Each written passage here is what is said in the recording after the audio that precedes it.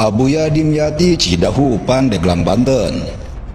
Abuya Muhammad Dimyati bin Syekh Muhammad Amin atau yang lebih dikenal dengan Mbah Dim merupakan sosok ulama karismatik asal Banten yang sangat luar biasa. Nama beliau ditulis dengan tinta emas oleh sejarah sebab murid-muridnya tersebar di mana-mana, mulai dari tanah Banten sendiri, penjuru Nusantara, bahkan tak sedikit juga santri dari luar Indonesia yang berguru pada beliau.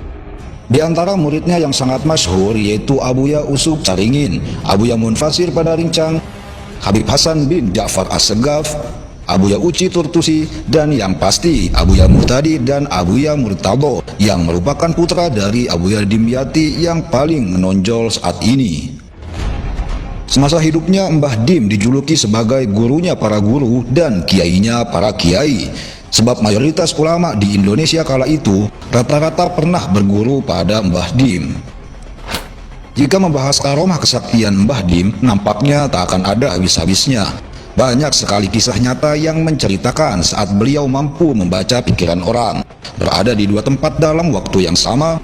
Bahkan ada yang masih sering melihat beliau ziarah ke makam Syekh Abdul Qadir Al-Jailani, padahal beliau sudah wafat. Beliau berguru pada berbagai ulama sepuh di tanah Jawa, yang mana kesemua gurunya bermuara pada Syekh Nawawi Al-Bantani. Yang lebih menakjubkannya, setelah beliau berguru, tak lama kemudian para ulama sepuh wafat. Mbah Dim merupakan penganut Thariqah Qadiriyah Naqsyabandiyah dari Syekh Abdul Halim, tetapi praktek suluk kepada para jamaah, beliau hanya mengajarkan Thariqah Syadiliyah dari Syekh Dalhar Watucongol. Nasab beliau tersambung hingga Rasulullah Shallallahu Alaihi Wasallam melalui Sultan Hasanuddin bin Syarif Hidayatullah Sunan Gunung Jati. Satu kisah unik saat pertama kali Mbah Dim datang untuk nyantri ke pesantren Mbah Dalhar Watucongol.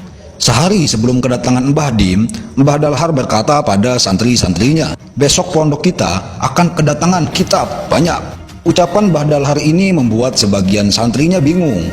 Dalam benak mereka berkata, kitab apa lagi yang akan datang ke pondok? Sedangkan semua kitab yang dikaji di sini sudah terpenuhi persediaannya. Keesokan harinya ketika Mbah Dim tiba di pesantren Mbah Dalhar, disitulah para santri mulai menyadari bahwa kitab banyak yang dimaksud Mbah Dalhar itu bukan kitab berupa buku, tapi ini merupakan bahasa kekaguman Mbah Dalhar kepada sosok Mbah Dim, seseorang yang sudah sangat mumpuni ilmunya, bahkan disebut-sebut sebagai kitab berjalan.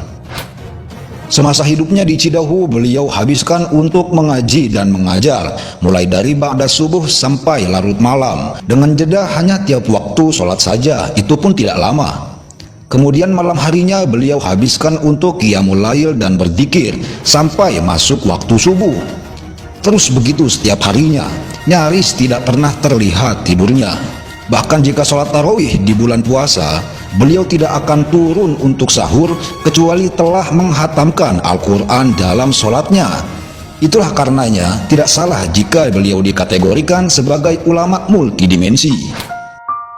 Hingga tepat pada hari Jumat dini hari 3 Oktober tahun 2003, Abuya Dimyati dipanggil oleh Allah ke haribaannya. Banten sangat terpukul karena telah kehilangan sosok ulama karismatik yang menjadi tumpuan berbagai kalangan masyarakat. Bukan hanya Banten saja, tetapi juga umat Islam pada umumnya.